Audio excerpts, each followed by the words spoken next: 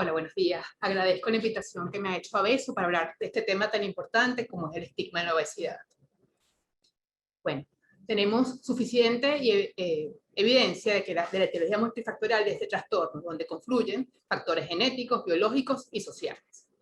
Sabemos bien que la obesidad es una enfermedad crónica y recidivante caracterizada por el almacenamiento excesivo de grasa en el tejido adiposo, lo que condiciona un riesgo para la salud de quien la padece, ya que disminuye su expectativa de vida al asociarse con enfermedades metabólicas, cardiovasculares y un incremento incluso de patologías como pueden ser el cáncer de mama y el cáncer de endometrio en mujeres posmenopáusicas.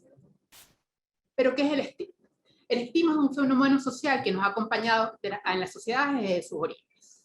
Etimológicamente viene del término en latín stigmatizare, que consistía o aludía exactamente a una acción de causar una ofensa, humillación o denostación hacia una persona o grupo de estas. En la cultura griega estaba caracterizada por aquellas marcas que eran signos corporales, generalmente cicatrices o quemaduras, que se le infligían a las personas que habían tenido una mala conducta. Entonces advertían que el portador era un esclavo, un criminal o un traidor, una persona deshonrada o deshonesta, a quien debía evitarse sobre todo en los espacios públicos. Posteriormente, en la Edad Media, fueron los pacientes con lepra, los pacientes con enfermedades infecciosas los que fueron estigmatizados. Más recientemente, los pacientes con HIV, esto dado a las creencias negativas que generalmente se tienen en relación a la vida de estos pacientes. En la actualidad, las patologías que tienen o sufren más estigmatización son los trastornos mentales. La estigmatización, entonces, como proceso, sería aquella condición en la cual una persona adquiere una o más características que se consideran socialmente indeseables que favorecen su exclusión social. El individuo que es estigmatizado pasa a ser entonces cuestionado, disminuido, descalificado como un miembro válido y pleno de su comunidad. Este fenómeno, si bien tiene orígenes muy tempranos, empieza a ser estudiado sistemáticamente por las ciencias sociales a partir de mediados del siglo XX, cuando el investigador, que es un sociólogo canadiense, Irving Goffman, atiende esta patología y empieza y redacta su libro El estigma de la identidad deteriorada.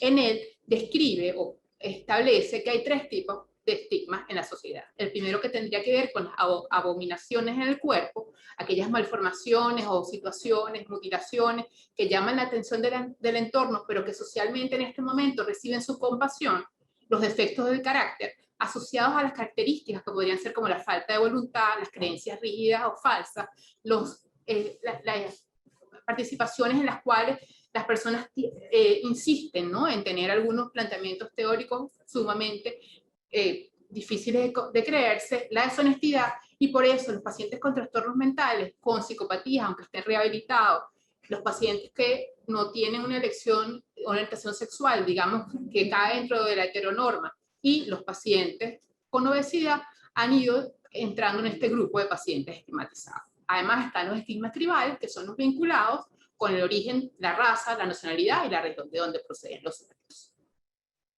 ¿Cuál es la función social del estigma? O sea, ¿por qué la sociedad estigmatiza a alguno de sus miembros?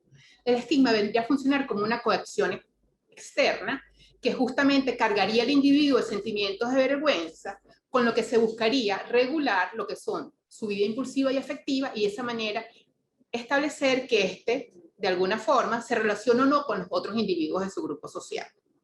¿Qué es lo peor del estigma? Que no solo lleva a los otros a alejarse de él, sino que también anula sus restantes atributos. Y por lo tanto, entonces la persona estigmatizada, en este caso la persona con obesidad, no importa si es inteligente, responsable, trabajadora, al parecer entonces esta condición anularía todo lo que serían estas características positivas. Y entonces en obesidad, cuando hablamos de estigma, ¿a qué nos referimos? Nos referimos a la evaluación que se hace de una persona por el tamaño y volumen de su cuerpo. Este fenómeno entonces convierte al paciente con obesidad en víctima de prejuicios, estereotipos negativos y discriminación. ¿Qué puede entonces generar en el entorno del paciente esta situación? Puede generar agresiones verbales, burlas, insultos, estereotipos, términos despectivos y lenguaje peyorativo, agresiones físicas, manifestaciones de violencia. Esto pasa sobre todo a edades tempranas, en los niños en el colegio, donde pueden ser empujados, bulleados, acosados, una mayor exposición a barreras y obstáculos a nivel de su vida, tienen menores posibilidades de desarrollarse académicamente y en muchas ocasiones son menos recibidos o aceptados en algunas ofertas laborales. Y por último, bueno, ser realmente discriminados desde el punto de vista individual o colectivo. ¿Por qué se estigmatiza al paciente con obesidad? Porque hay una creencia equivocada que sostiene que la obesidad es una enfermedad provocada por el propio individuo. El paciente entonces, al paciente se le atribuye que es responsable del trastorno y se cree entonces que el individuo podría controlarlo en forma unilateral en todo momento.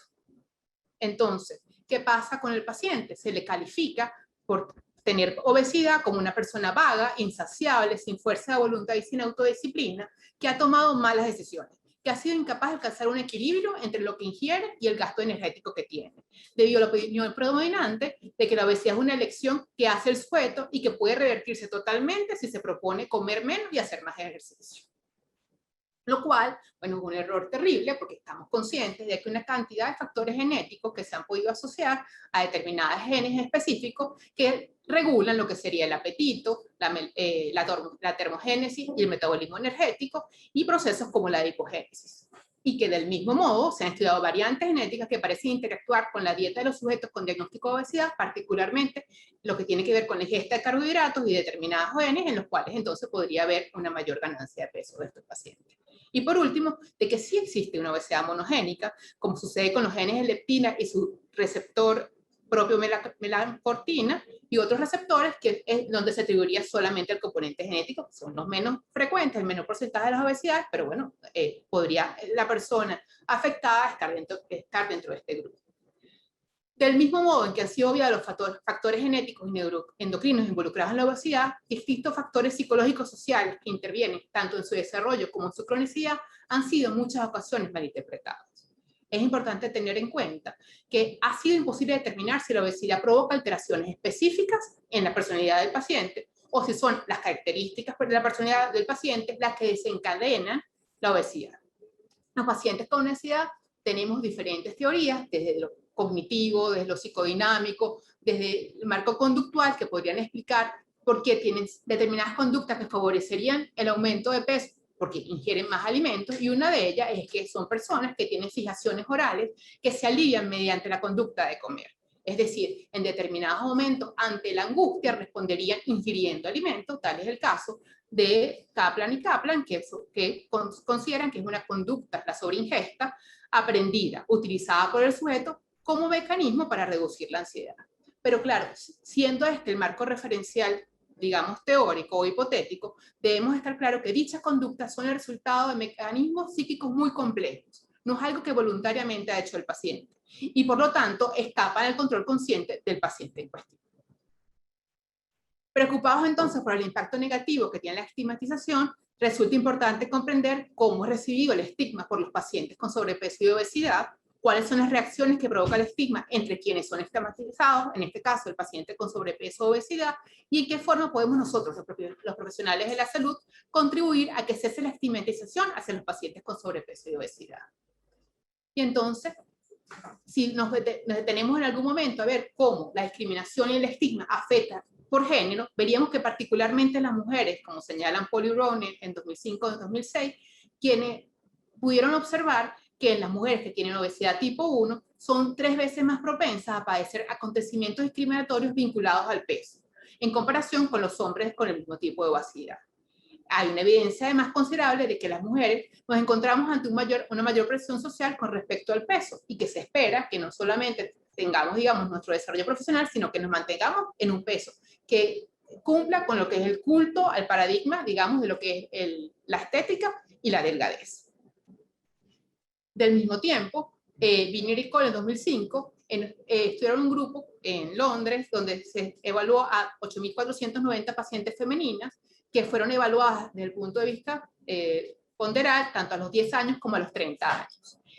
Pudieron encontrar que aquellas mujeres que habían tenido una obesidad continuada desde los 10 años hasta los 30 años, la edad adulta, tenían la mitad de probabilidad de tener un empleo remunerado y de tener una pareja digamos, a la edad adulta, en comparación con aquellas que la obesidad se había presentado solamente durante la infancia.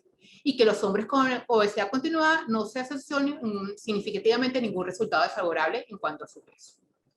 Del mismo modo, Andreeva, Paul y Browner sugieren que este grado de mayor afectación en los pacientes femeninos puede deberse a que las mujeres internalizamos con mucha más frecuencia los mensajes negativos que recibimos de nuestro entorno. En cuanto a la edad, ¿qué pasa con la discriminación y el estigma en cuanto al peso? El recelo hacia las personas con sobrepeso y obesidad se ha comentado en individuos de todas las edades, desde que son niños incluso. Los estudiantes obesos enfrentan numerosos obstáculos que van desde el acoso, el bullying y el rechazo de sus compañeros hasta actitudes prejuiciosas por parte de los profesores que los enseñan.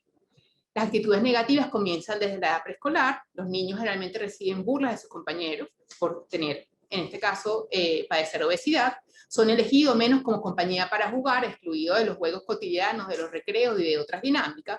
Y durante el bachillerato y la universidad, con frecuencia a estos estudiantes se les considera faltos de voluntad, más emocionales y flojos, por los cuales también se les excluye de lo que son las actividades sociales propias de la edad de la adolescencia. Y entonces, ¿cómo es recibido el estigma con los pacientes con obesidad? En un primer lugar, hay pacientes que se resignan, digamos, a esta descalificación que reciben del entorno, entonces pueden ser mayor blanco de afecciones de la salud mental. Desarrollan sentimientos de culpa y baja autoestima, presentan mayor enfermedad física y peor calidad de vida. Con frecuencia reportan dificultades mayores en el acceso a la educación, oportunidades laborales y bienes capitales, y por supuesto entonces desarrollan mayores tasas de depresión, de trastornos de ansiedad y aislamiento social en lo que es la vida adulta. También hay que considerar que el estar constantemente en regímenes dietéticos suele generar consecuencias psicopatológicas como puede ser el incremento de la depresión, la ansiedad, nerviosismo y la debilidad propia, digamos, de los regímenes y la irritabilidad. Y que además los ciclos de pérdida y recuperación o efecto yo-yo generalmente hacen sentir a los pacientes culpables y avergonzados, no solamente porque no logran sus objetivos, sino porque con frecuencia reciben recriminaciones o reproches de lo que suelen ser los amigos, los familiares, las parejas, lo cual entonces incide aún más en lo que digamos es su salud mental. Otras consecuencias negativas es que repercute sobre las conductas alimentarias del paciente y interfiere, por supuesto, entonces con los intentos de perder peso.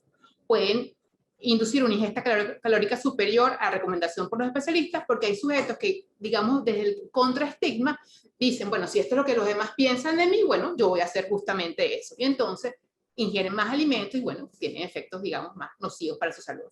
Provoca una menor motivación para realizar ejercicio físico y, por lo tanto, una baja adherencia al tratamiento. Para explicar este factor en el cual entonces hay un incremento de peso en los pacientes estigmatizados por obesidad, se puede comprender a través de Tomiyama en 2014 que el estigma es un estresor psicológico que activa el eje hipotálamo hipófisis adrenal, con lo cual sería la respuesta fisiológica al estrés, elevando la producción de cortisol, con lo cual se genera entonces una mayor ganancia de peso. Esto vendría entonces a redundar en lo que es la patología inicial del paciente. Además, tenemos que tener en cuenta que el estigma por obesidad no solamente se presenta, digamos, en la población general, sino que también en los equipos de salud puede tener una incidencia. Recordemos que nosotros estamos igualmente expuestos a los mensajes sociales que los miembros de la población en general y que podríamos, sin quererlo, expresar actitudes desfavorables automáticas fuera del control consciente hacia las personas que tienen sobrepeso u obesidad. Y entonces, atribuir características negativas, como que el paciente tiene una voluntad débil, generalmente esto se asocia a que los médicos o el personal, los nutricionistas y, digamos, parte del equipo médico sienten que experimentan una frustración enorme al no encontrar que los pacientes consigan los resultados que de alguna manera se habían fijado como meta.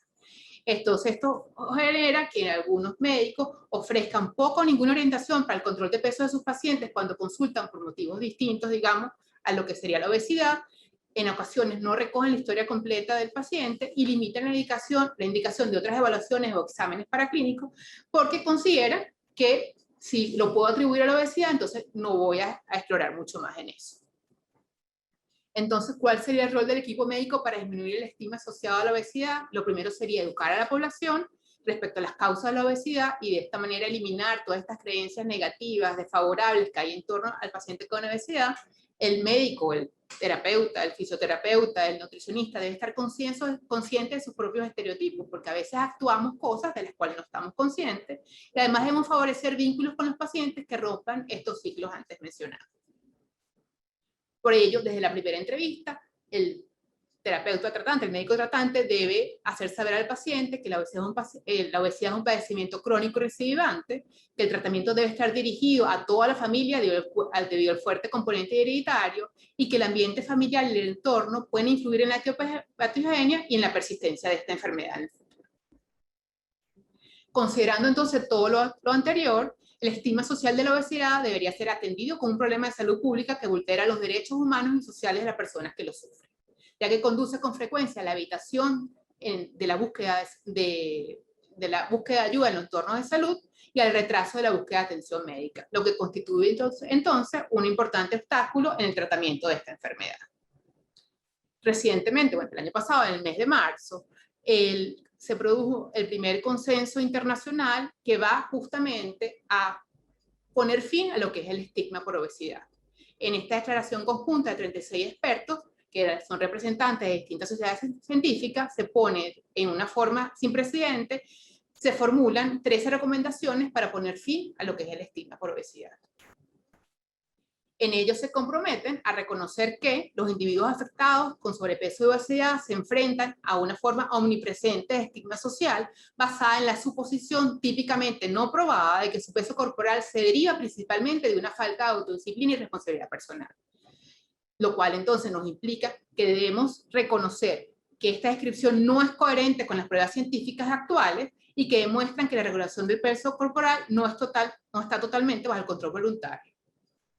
Además, que los prejuicios y los estigmas relacionados con el peso pueden dar lugar a discriminación y socavar los derechos humanos, sociales y la salud del personal afectado, y que no pueden ser tolerados en las sociedades modernas. Por ello, invita a condenar el uso del lenguaje, imágenes, actitudes y políticas discriminatorias basadas en el peso que estigmatizan donde quiera que ocurra, tratar a los individuos con sobrepeso, bueno, se compromete a tratar a los individuos con sobrepeso y obesidad con dignidad y respeto, abstenerse de utilizar lenguaje, imágenes y narraciones estereotipadas, porque solamente nosotros podemos cambiar la narrativa social que hay en torno a este trastorno.